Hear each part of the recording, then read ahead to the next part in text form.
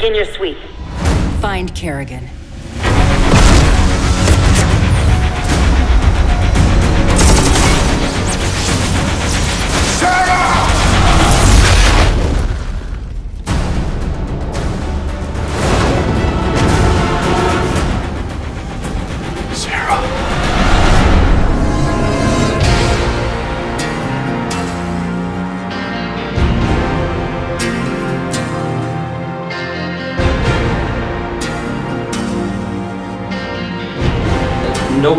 Nobody is the villain of their own story, right? Everyone is kind of the hero of their own story, and so I wouldn't want the Zerg to be, the cardboard villains. We like to eat kittens because kittens are tasty.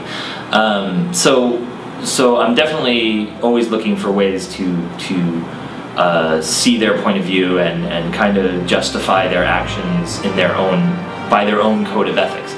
However, that doesn't mean that I want to turn them into, oh, they're just misunderstood or anything like that. I mean, the Zerg, if you're not a Zerg, the Zerg are the bad guys. They are out to kill you, destroy you, assimilate you, rip your bones up, and take what they can and move on.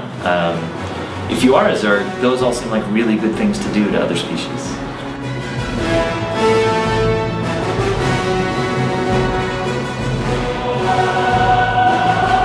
So with Kerrigan, we're actually trying to embrace the RPG motif a little bit more. She's a hero. She's going to be on the battlefield.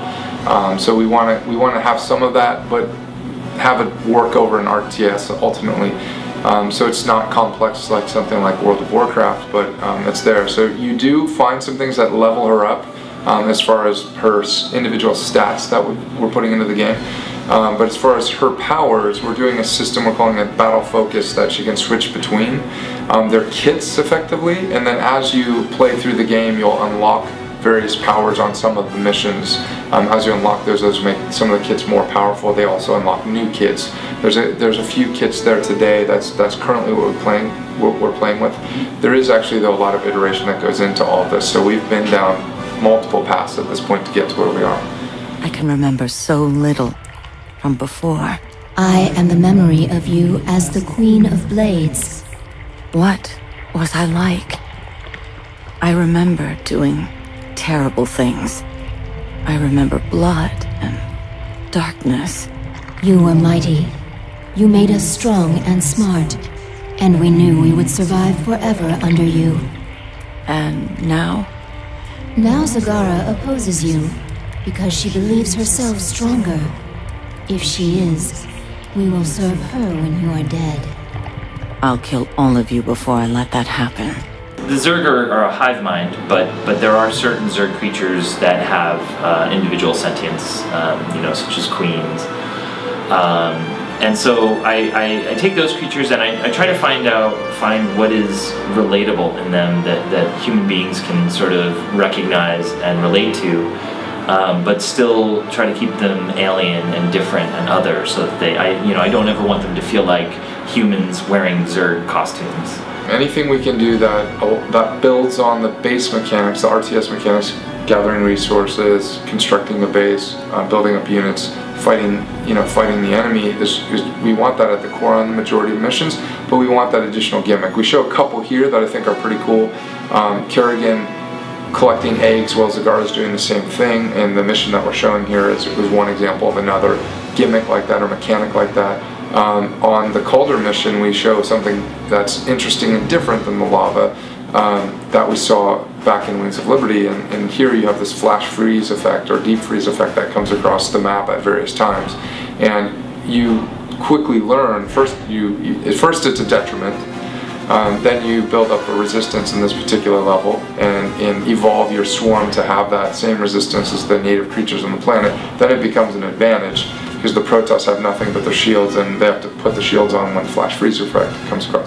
So you quickly learn this mechanic of pushing at the right time. Uh-oh, the deep freeze comes. Well, it's not uh-oh for you. It's actually cool. Let me stage and then go into the base, take advantage of that. Okay, it's off again. Now we're really fighting. So those sorts of mechanics are what we're looking for. Those are a couple examples. We're going to look for that sort of thing on every mission that we can get it on. Nathash, a brood mother. took part of the swarm off to the frozen moon of Calder. She seeks to create her own swarm under her command. Nefesh is going to learn the hard way that I am queen.